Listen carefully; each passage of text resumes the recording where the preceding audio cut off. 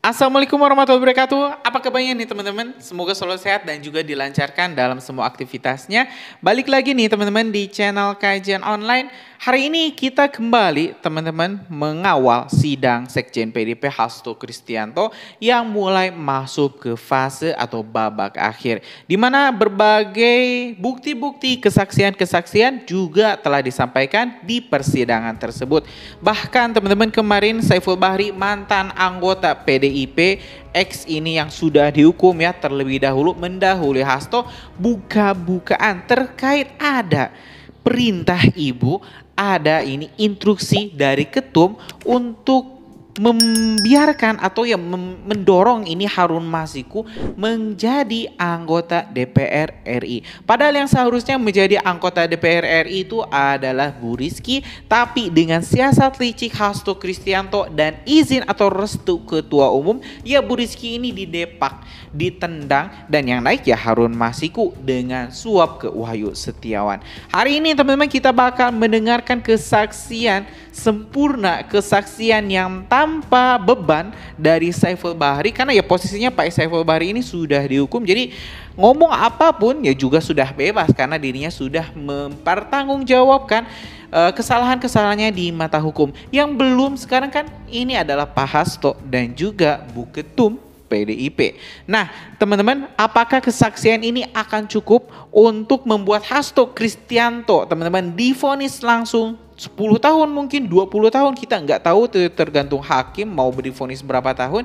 Dan apakah kesaksian ini, perintah ibu ini teman-teman, instruksi ibu ini adalah instruksi dari Ibu Megawati Soekarno Putri. Kalau misalnya ini Bu Megawati Soekarno Putri terbukti teman-teman menginstruksikan kepada Hasto untuk melakukan suap, apakah layak juga untuk kita ya mungkin mohon maaf ya juga terseret di sidang, divonis dan juga dihukum penjara? Tentu ini bakal jadi pro kontra di kalangan masyarakat karena ya Bu Mega juga punya simpatisan yang jutaan yang juga sangat banyak. Nah biar nggak terlalu panjang teman-teman komentarnya, mending kita simak dulu saja. Ya ini sidang kesaksian dari saksi kunci Saiful Bahri terkait instruksi Hasto Kristianto untuk memuluskan jalan Harun Masiku menjadi anggota DPR RI lewat praktek haram, yaitu suap. Simak video selengkapnya. Saya kembali ke September. Ya. Terkait dengan proses permohonan fatwa tadi ya, kan gitu. Kan tadi saksi mengatakan bahwa hasil diskusi saksi dengan Doni itu ada 3 cara. Ya. Pertama normatif, kedua minta Pemecatan. mundur, ketiga PAW. Ya. Yang normatif kan sudah dilaksanakan nih. Sedang menjalankan. KPU tidak setuju ya. Pada waktu itu kan Pada tidak akhirnya. setuju. Nah, terkait dengan meminta mundur. Nah, ini saya Ya. tanya terkait dengan meminta mundur. Nah, apakah saksi pernah bersama Doni meminta supaya Rizky Aprilia itu mundur? Jadi Pernah ya? begini Pak Jaksa, Ya. setiap hari saya ketemu sama Doni saat itu. Iya. Dan di situ kita progres perkembangan kita cermati. Iya. Kita mulai melihat ada indikasi ini agak nggak mudah Nggak mudah. barang ini. Karena situasi di KPU sendiri. Dan sudah terlanjur, sudah ada putus. Maka kemudian kita cari alternatif apa ini sambil paralel. Iya. Maka kemudian Doni mau nemuin Rizky untuk minta mundur saat itu. Ya. Nah kebetulan hari itu Rizky lagi di Singapura. Itu sekitar bulan berapa? Tanggal berapa Mas Iman? Nah itu ada di BAP saya. Ya, sebentar. Jadi kita udah periksa Rizky Aprilia kemarin. Ya. Dia itu ada di Singapura di tanggal 23 September 2019. Ya, berarti tanggal itu. Oke. Nah, pada waktu itu yang menghubungi saudara Rizky Aprilia itu kan Doni ya. Doni, saya nggak kenal sama Rizky. Saksi nggak tahu. Saya nggak kenal. Nah, kemudian bagaimana akhirnya saksi yang berangkat ke Singapura, benar kan? Ya. Ya, bagaimana ceritanya coba? Ya saat itu saya lupa Doni kenapa nggak bisa di Indonesia dan dia minta saya ke Singapura karena waktu itu saya sering bolak-balik Singapura. Pak Ya. Jaka. Nah, terkait dengan Ya. ini nih, apa yang disampaikan Doni kepada saksi pada saat itu untuk menemui Rizky Aprilia? Ya dikasih misi untuk bagaimana Rizky bisa mau mundur dengan kompensasi. Begitu ya. Ya. Kemudian saksi berangkat tanggal berapa pada waktu itu? Saya tanggalnya nggak ingat tapi di BAP saya ada. Ya, ini ada di tanggal bertemunya menurut keterangan Rizky kemarin di tanggal 25 September 2019. Ya. Nah, pada saat itu, pada saat saksi akan berangkat, Saksi sempat komunikasi dulu nggak dengan Rizky bahwasanya yang berangkat saksi bukan Doni gitu. Saya komunikasi ke semua pihak. Ke Rizky. Apa yang saksi sampaikan kepada Rizky? Bahwa saya akan bahwa saya akan ke Singapura menemui Mbak Rizky. Itu ya. Gitu aja. Tapi sebelumnya saksi dengan Rizky belum kenal ya? Tidak kenal. Nah kemudian di tanggal 25 September itu ketemu di Singapura ya? Ketemu di Singapura. Sekitar pukul berapa pada waktu itu? Sore. Ya. Sekitar pukul 17 ada? Ya bisa. Seperti itu ya. Di mana pertemuannya? Di hotel saya, di Orchard. Di hotel tempat saya menginap. Shangri-La Orchard. Ya. Singapura ya. Nah proses pertemuannya bagaimana? Ya saya kontak bahwa saya sudah di sini. Sudah di hotel Shangri-La. Di hotel Shangri-La, kemudian saya panggil. Ya. Nah kemudian saksi ada pembicaraan dengan Rizky ya? Pembicaraan, dia tanya saya siapa. Sebentar. Oh saksi tanya dulu dia saksi siapa? Rizky yang tanya saya siapa. Oke, saksi jelaskan. Apa yang saksi jelaskan sampaikan? Bahwa saya dapat perintah dari partai untuk menjalankan keputusan partai. Sebentar. Nah pada saat bertemu di Shangri-La, pembicaraan itu di lobi, apa saksi membawa Rizky naik ke kamar? Jadi kebetulan saya ngambil kamar yang ada lobinya. Ya. Yang ada ruang tamunya. Oke. Itu di lantai 10 betul? Ya mungkin. Oke. Itu Rizky Aprilia yang jadi saya ada ruang tamu, di ruang tamu itu saya terima dia. Oke, pembicaraan di ruang tamu di hotel saksi ya? Betul. Nah, saya ingin lebih spesifik ya. Apa yang waktu itu saksi sampaikan kepada Rizky Aprilia terkait dengan misi yang saksi bawa ke Singapura atas permintaan dari Doni Tri Istiqomah pada waktu itu? Ya, saya sampaikan bahwa ini yang pertama, poin pertama adalah ada perintah partai. Yang kedua, poin kedua saya ditugasi. Yang ketiga konfirmasi. Ya, Pak, dia nggak langsung percaya kan saya siapa. Karena nggak pernah ketemu juga saya. Nah, saya jelaskan bahwa saya diperbantukan untuk ini, untuk misi ini, untuk misi tugas ini. Terus kemudian saya konfirmasi ke Doni. Sebentar. Ya, makanya saya ingin spesifik gini. Perintah partai yang saksi sampaikan ke Rizky Aprilia itu apa? Ya, itu nanti setelah konfirmasi ke Doni, dia yakin dan percaya bahwa saya itu memang utusan dari Doni, ya terlegitimasi oleh Doni, baru saya cerita. Oke, sebentar ya. Jadi kan pada waktu itu kan saksi kan sebenarnya belum kenal sama Rizky. Belum. Ya. Kemudian saksi memperkenalkan diri, saksi itu membawa perintah partai pada waktu itu. Ya. Nah kemudian Rizky Aprilia sepertinya ragu ya. Ragu. Karena belum pernah. Jadi yang saksi lakukan pada waktu itu menghubungi Doni. Dan mengeluarkan semua dokumen partai. Oh, saksi menyerahkan dokumen partai. Dokumen partai, Mahkamah Agung, keputusan DPP dan sebagainya. Nah, pada waktu saksi menghubungi Doni, apa yang disampaikan Doni kepada Rizky Aprilia via telepon? Ya, bahwa ini ada Saiful, itu memang kami ditugasi oleh Pak Sekjen untuk mengurus urusan PAW Harun ini. Oh, jadi Doni menyampaikan bahwasanya Pak Saiful, saksi, ditugaskan oleh Sekjen untuk mengurus terkait dengan Harun Masiku. Ya. Nah, permintaannya apa pada waktu itu kepada Rizky? Ini saya ceritakan kronologis, ceritakan kondisi. Bahwa ini ada satu hal yang memang karena gini. Saya ngelihat di partai ini kan ada istilah tegak lurus. Jadi terhadap keputusan. Bahwa ini udah DPP sudah memutuskan ini. Siapapun yang diputuskan seperti ini sebagai kader memang punya kewajiban apa? Menjalankan, mengikuti apa perintah. Jadi mundur. Jadi salah satu cara yang terbaik supaya ini kondusif, soft landing, ya ini diminta mundur.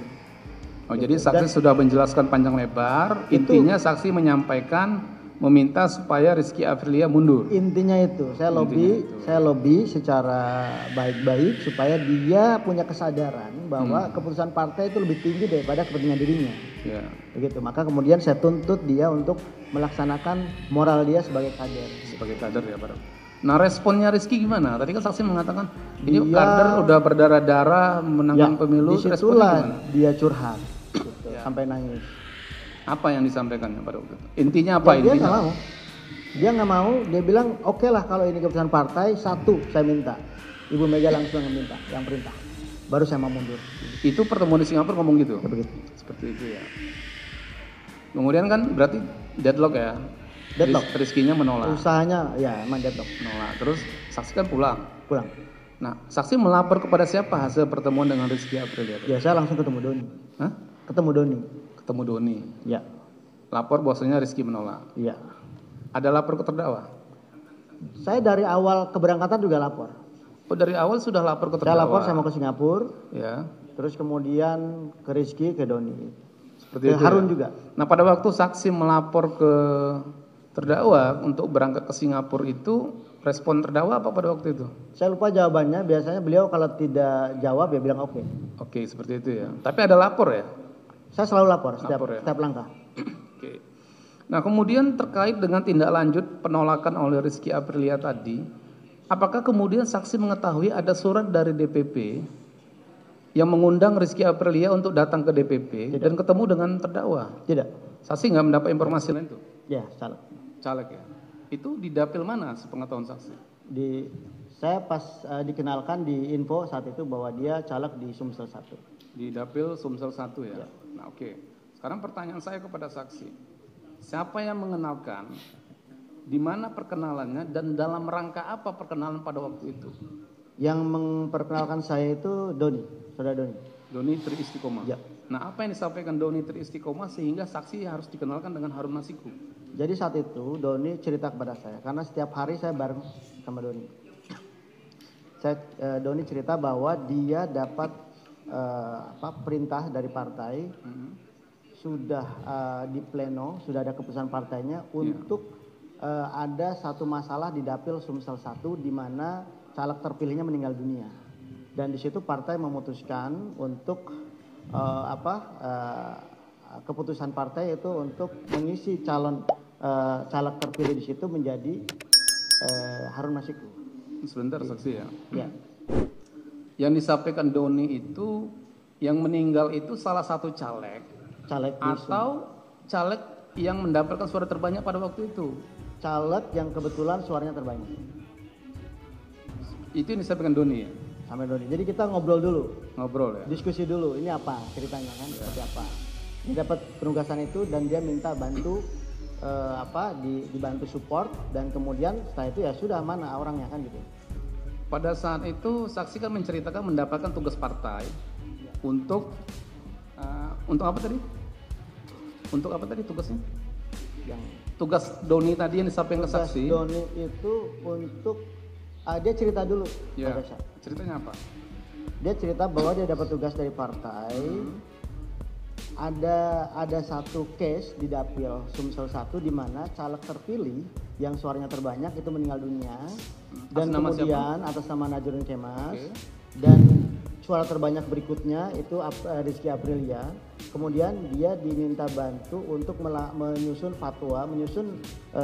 sebuah fatwa yang diajukan ke Mahkamah Agung untuk supaya suara caleg terpilih yang meninggal ini diserahkan ke partai supaya partai punya otoritas memberikan surat itu kepada siapa sesuai dengan keputusan partai. Nah, di situ dia bilang bahwa sudah ada keputusan pleno Harun Masiku yang ditetapkan menjadi caleg penggantinya. Di situ dan kemudian Doni ya udah saya kenalin nih ke Harun Masiku. Di situlah saya kenal. Ya. Nah, pada saat itu Doni menceritakan yang memberikan tugas kepada dia itu siapa? Pak Sekjen. Pak Sekjen. Nah, kemudian pertemuan saksi dengan Pak Doni dengan Harun Masiku itu di mana pada waktu itu? Saya lupa tempatnya. Biasanya bertemunya di mana?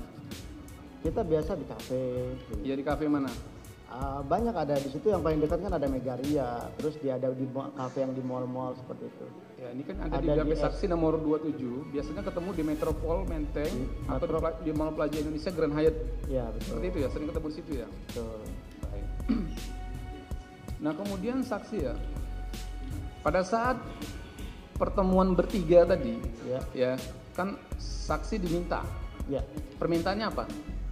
Diminta oleh Doni. Doni apa yang disampaikan pada saksi? Diminta bantu. Diminta untuk bantu untuk menjalankan misi ini. Menjalankan misi. Ya. Apa istilahnya? Menjalankan bahwa misinya cuma hanya dua di situ. Satu, turun dari Mahkamah Agung itu semacam fatwa. Ya kan? Yang kedua adalah bagaimana Harun karena sudah dapat keputusan partai seperti itu harus jadi DPR RI. Ya. Baik. Berarti pada saat itu Doni Istiqomah itu ada mengatakan akan mengawal perintah dari terdakwa ya? Iya. Selaku sekjen untuk pengurusan Harun Masiku. Iya. Ya. Baik. Nah kemudian pada saat itu apa yang saksi sampaikan kepada Harun Masiku dan Doni setelah ada permintaan dari Doni? Ya kami di situ diskusi Pak Jaksa. Ya. Seingat saya itu kita memang sebelum melangkah kita harus detailkan dulu materinya. Kita simpulkan di situ hanya ada 3 cara untuk mengisi Harun ke jabatan tersebut. Yang pertama adalah pemecatan. Ya. Yang pertama adalah PAW, sorry. Okay. Nah di PAW itu untuk melakukan pergantian antar waktu dari Rizky kepada Harun, jalannya tunggal, hanya pemecatan sebagai anggota dan itu tidak mudah. Itu dianggap hal yang tidak mungkin. Kenapa? Karena saat itu PD Perjuangan kan sudah menjadi partai modern Pak Jaksa, di mana artinya memang ini organisasi semua tata perilakunya, tata organisasinya sudah diatur oleh regulasi, oleh peraturan partai, sehingga itu kita geser tidak mungkin. Yang kedua lewat jalan normatif. Yang kedua lewat jalan minta Rizky mundur. Itu diskusi kami saat itu pertama. Minta Rizky mundur ya? Itu salah satu solusi. Ya. Itu pun hampir tidak mungkin karena kan mana ada orang yang sudah berdarah-darah menjadi DPR rela mundur begitu saja tanpa kompensasi. Kalaupun dengan kompensasi itu belum tentu kan. Itu yang kedua. Yang ketiga adalah secara normatif melalui jalur hukum. Ya. Nah, Doni saat itu sedang mengupayakan fatwa Mahkamah Agung. Jadi jalan itu yang kita tempuh saat itu. Dan di situ saya sama Doni, oke, kita jalan. Gitu ya. Oke, sama segitu dulu ya. Ya. Saya ingin mempertegas nih. Ya. Nah, pada saat saksi ikut terlibat ya. Ikut membantu lah, jangan terlibat. Ya. Ikut membantu pengurusan Harun Masiku ini. Ya. Sebenarnya, ya, ini di persidangan ini ya. Sebenarnya saksi itu diminta oleh Doni atau saksi yang minta ke Doni supaya saksi diikut sertakan? Awalnya saya tidak tahu Doni itu ngurus apa. Ya.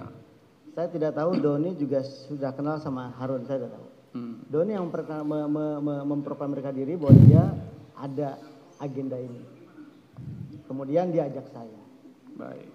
Nah pada saat saksi bertemu dengan Harun Masiku itu sudah ada ini belum?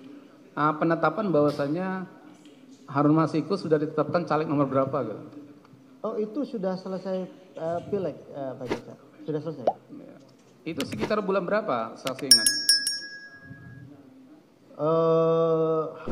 September mungkin sekitar itu. Oke. Baik. Ini ya saya mau bertanya nih soalnya ini ada perbedaan waktu. Ya. Baik saksi. Nah apakah terkait dengan pengurusan Harun Masiku? Ya. Saksi pernah dipanggil oleh terdakwa untuk mendapatkan arahan terkait dengan urusan Harun Masiku ini?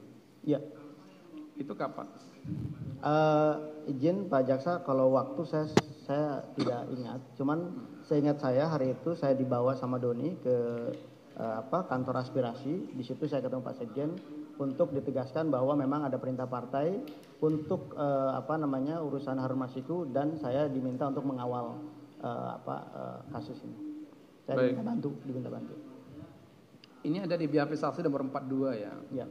Di nomor 42, kemudian 43 juga, dan BAP nomor 30 ya. Nah di BAP ini saksi mengatakan bahwa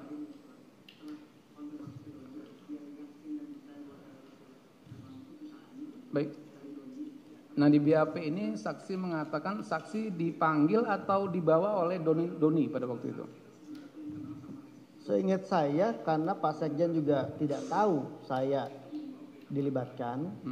Seingat saya dipanggil dibawa sama Doni untuk di rumah aspirasi ya? Betul.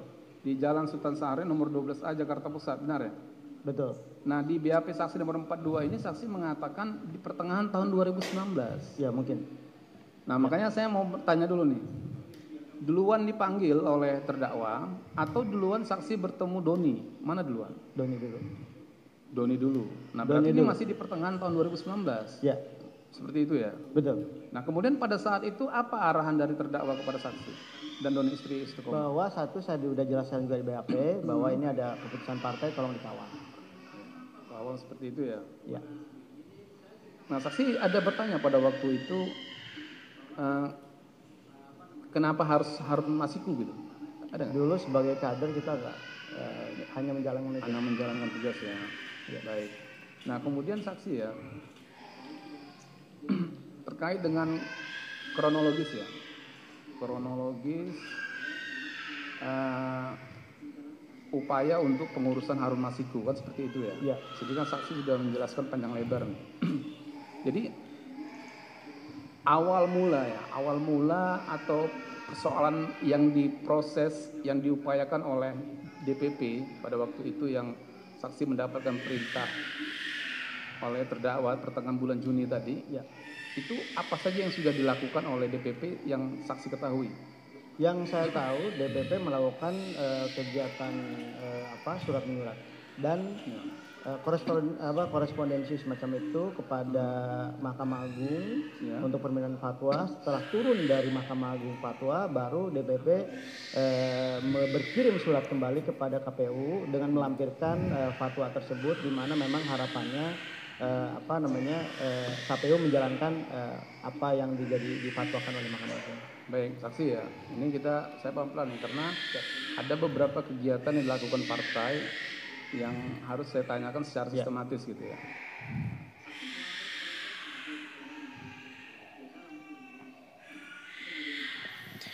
Ya teman-teman, barusan kita telah mendengarkan kesaksian lengkap dari Pak Saiful Bahri yang menerangkan perintah partai teman-teman. Ini bukan perintah Hasto tapi lebih tinggi, yaitu perintah partai. Otomatis kalau misalnya ini perintah partai, ada sepengetahuan atau izin dari Ibu Megawati Soekarno Putri. Jadi ya, kalau misalnya disebut apakah Ibu Megawati Soekarno Putri terlibat, kalau misalnya kita dengar atas kesaksian dasarnya, kesaksian Pak Saiful Bahri ini, ex PDIP ya, kader PDIP yang sudah ditahan teman-teman menjalani masa hukuman, ya ada keterlibatan dari Ibu Megawati Soekarno Putri. Dan saya rasa ini hakim teman-teman berkebutuhan untuk memanggil Ibu Megawati dihadirkan di persidangan. Gimana menurut kalian? Apakah memang Ibu Megawati juga terlibat atau mungkin teman-teman punya pendapat yang lain? Kita diskusikan di kolom komentar. Terima kasih teman-teman, sekali lagi jangan kemana-mana, subscribe dan nyalakan lonceng notifikasinya biar teman-teman terus dapat informasi terbaru dari Kajian Online. Assalamualaikum warahmatullahi wabarakatuh.